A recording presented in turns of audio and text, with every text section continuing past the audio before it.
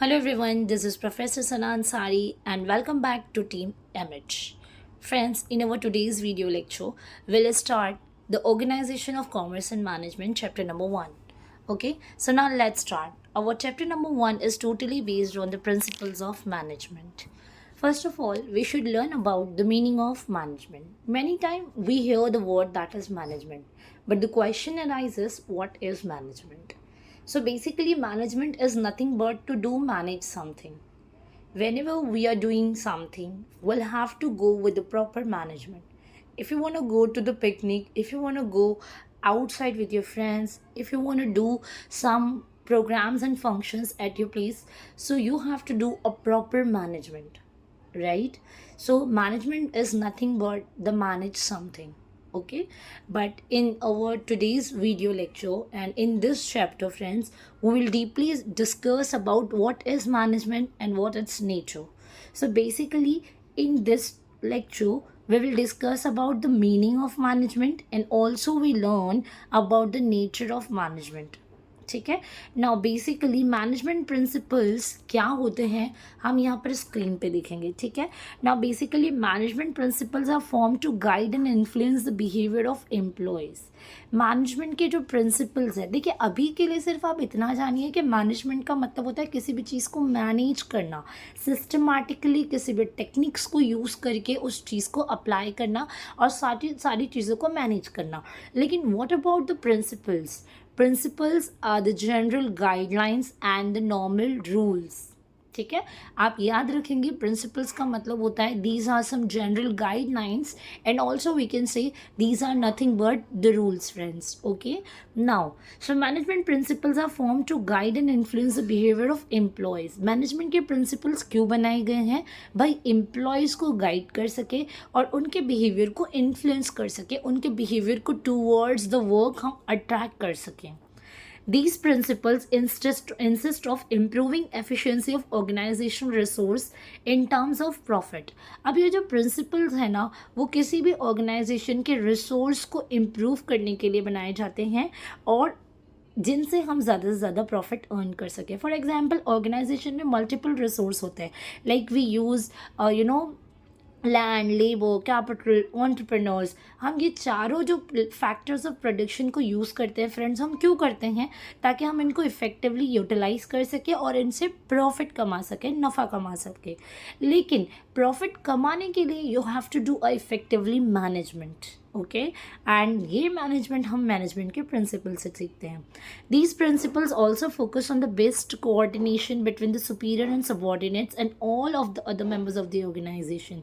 देखिए अगर मैनेजमेंट के प्रिंसिपल्स अच्छी तरीके से किसी भी कंपनी में या ऑर्गेनाइजेशन में चलाए जाएंगे, सो जो सबॉर्डिनेट्स हैं, सबॉर्डिनेट्स मतलब जो मजदूर होते हैं, जो एम्प्लॉयज़ होते हैं, जो लेबर होते हैं, एंड सुपीरियर्स मतलब जो एम्प्लॉयर होता है, जो बड़े होते हैं किसी भी ऑर्गेनाइजेशन के, लाइक मैनेजर, एचआर, इनके बीच में और जितने भी अदर मेंबर होते हैं ना ऑर्गेनाइजेशन में, उनके साथ एक बहुत ही अच्छा रिलेशन आप मेंटेन कर सकते हैं by using the principles of management.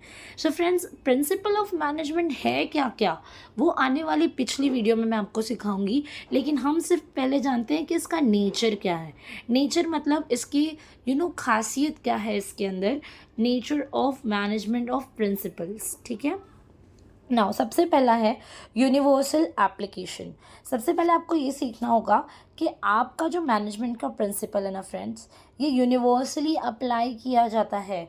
Universally apply करने का मतलब होता है आप वर्ल्ड के किसी भी कोने में जाओगे, मैनेजमेंट के जो प्रिंसिपल्स हैं वो हर जगह अप्लाई किए जाएंगे. ऐसा नहीं होता है कि कोई पर्टिकुलर प्लेस, रीजन या फिर स्टेट में मैनेजमेंट का ये प्रिंसिपल नहीं चलेगा. भाई जो मैनेजमेंट के प्रिंसिपल्स बनाए गए हैं वो हर जगह पर चलाए जाएंगे. जैसे डिविजन ऑफ वर्क है, फिर डिसिप्लिन है, ये सब कुछ प्रिंसिपल्स है friends. Division of order, division of principle of order, principle of command, principle of equity. These are the some principles of management. So ये principle के management जो है हर जगह पर apply किए जाते हैं. So that is why it is called as the universal application. थोड़ा सा पढ़ते हैं friends. The principle of management are universal in nature. That means they can be applied to all types of organization irrespective of their size and nature. These results may vary and application may be modified, but these are suitable for all kind of organizational. Similarly, they are applicable to all levels of the management. इसका मतलब होता है, जैसे मैंने बताया कि अब world के किसी भी कोने में जाओगे, your managements principle will remain same. उसी तरीके से आपकी ऑर्गेनाइजेशन छोटी हो या बहुत ही बड़ी हो, आपका ऑर्गेनाइजेशन कैसा भी कौन से भी लेवल पे डील करता है, मतलब या वो सर्विस दे रहा है या वो रॉ मटेरियल बना के बेच रहा है, चाहे वो बहुत बड़ा है चाहे वो बहुत छोटा है, लेकिन मैनेजमेंट के जो प्रिंसिपल्स है वो यूनिवर्सली अप्लाई किए जाते हैं. ओके, नेक्स्ट है हमारे पास जनरल गाइडलाइंस. अब मैंने पहले ही बताया था principles are nothing but the guidelines. Principle का मतलब होता है रूल और जनरल गाइडलाइन. सो भाई जनरल गाइडलाइंस है, management principles provide general guidelines in tackling the organizational situation wisely as well as in solving the problem. They are not rigid. Which management principles are to be applied depends upon the situation, size, and nature of the organization. For example, when we say fair remuneration, then the term fair can vary as per the nature, size and financial condition of the organization. इसका मतलब होता है friends general guidelines मतलब ये rules जो है ना बनाए गए. अब मैनेजमेंट के जो प्रिंसिपल्स बनाए गए ना, इससे किसी भी ऑर्गेनाइजेशन में किसी भी सिचुएशन को टैकल करना बहुत ईजी हो जाता है. फॉर एग्जाम्पल ये they are not rigid. Rigid मतलब फिक्स नहीं है, they are changeable according to the size and nature of the organisation. हम इनमें फ्लेक्सिबल ला सकते हैं, चेंजेस ला सकते हैं. For example fair remuneration is the principles of management. मतलब मैनेजमेंट का एक प्रिंसिपल है फेयर रेम्यूनरेशन. हर किसी को फेयर रेम्यूनरेशन मिलना चाहिए, wages and salary. But fair remuneration का मतलब ये नहीं होता है कि बड़ी ऑर्गेनाइजेशन है या बहुत ही छोटी ऑर्गेनाइजेशन है तो सब जगह 10,000 पगार मिलेगी. भाई अगर छोटी ऑर्गेनाइजेशन है तो समझ में आता है कि आप लोगों को 10,000 जो है पगार दे रहे हो. But when it comes to the large scale organisation, here the salary and the wages of the employees will be differ. Okay, then we have next principles are formed by practice and experiments. Exactly. जैसे science किसी भी चीज़ को without experiments and practice की prove नहीं कर पाता, उसी तरीके से मैनेजमेंट के जितने भी प्रिंसिपल्स बनाए गए हैं, जितने भी एक्सपर्ट्स ने बनाए हैं फ्रेंड्स, जैसे Henry Fayol and F.W. Taylor के बारे में हम नेक्स्ट वीडियोज़ में पढ़ेंगे. ये दो एक्सपर्ट्स हैं जिन्होंने हमें तरह तरह के अलग अलग तरीके के प्रिंसिपल्स के मैनेजमेंट के प्रिंसिपल्स दिए हैं. तो these are the some principles which are properly experienced and practiced.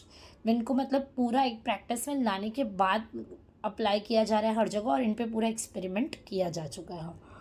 ठीक है, then we have a next that is flexibility. अब मैनेजमेंट के जो प्रिंसिपल्स है ना, they are flexible in nature. देखिए ऊपर मैंने बताया था दे आर नॉट रिजिड, यहाँ देख रहे हैं हम. सो इसका ऑपोजिट रिजिड नहीं है, बल्कि मैनेजमेंट की प्रिंसिपल फ्लेक्सिबल है. फ्लेक्सिबल का मतलब होता है छोटी या बड़ी ऑर्गेनाइजेशन अपने accordingly can do the changes in the situation of the organisation. ठीक है, it means they can be change और modified according to the situations. ठीक है, मैंने अभी बताया कि मैनेजर्स वगैरह ईजिली जो है चेंजेस कर सकते हैं, बट पूरा लॉ चेंज नहीं होगा, but we can do some changes according to the situation of the organisation. Then we have next that is behavioural in nature. अब मैनेजमेंट क्या है ना फ्रेंड्स, इसका एक बिहेवियर है, that is it is in group activity. Management a single person can not do all the activities which comes under the management. Management जो है एक टीम वर्क है friend, it is a group activity. क्योंकि यहाँ पर क्या होता है, we are suppose to achieve certain goals and objective, right, as a human being. Management principles are designed to influence human beings. These principles control the group of persons and direct them to achieve the objective. देखिए behavioural in nature का मतलब ही होता है कि it includes the group activity. A single person can not easily achieve the organisational objectives.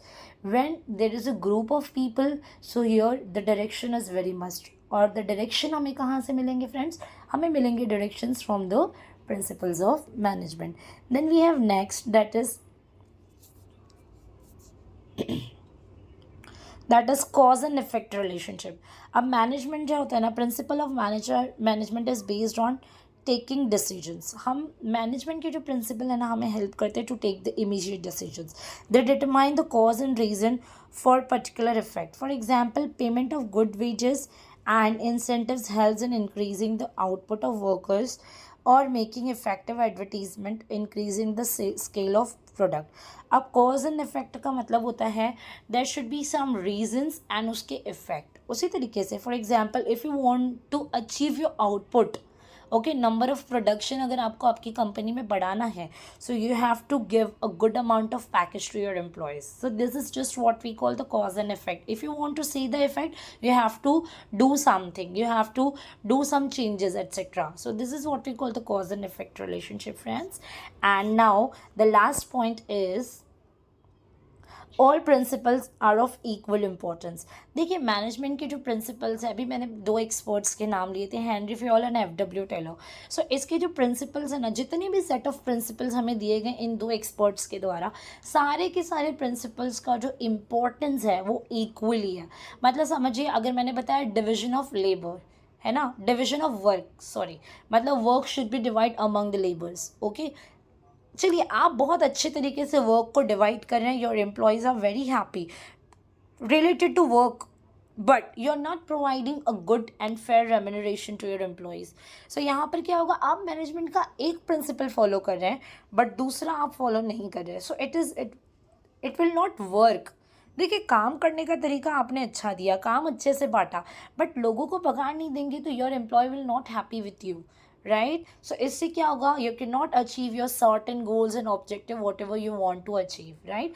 If you want achieve your goals and objective, organisational goals, that is to earn maximum profit just, but you have to give a equal importance to all the principles of management. Okay friends, so यहाँ पर हमने इस question को complete किया। मिलते हैं हमारे next video lecture में जिसमें हम सीखेंगे हेनरी फ्योल के 14 principles. Bye bye, have a nice day and take care everybody.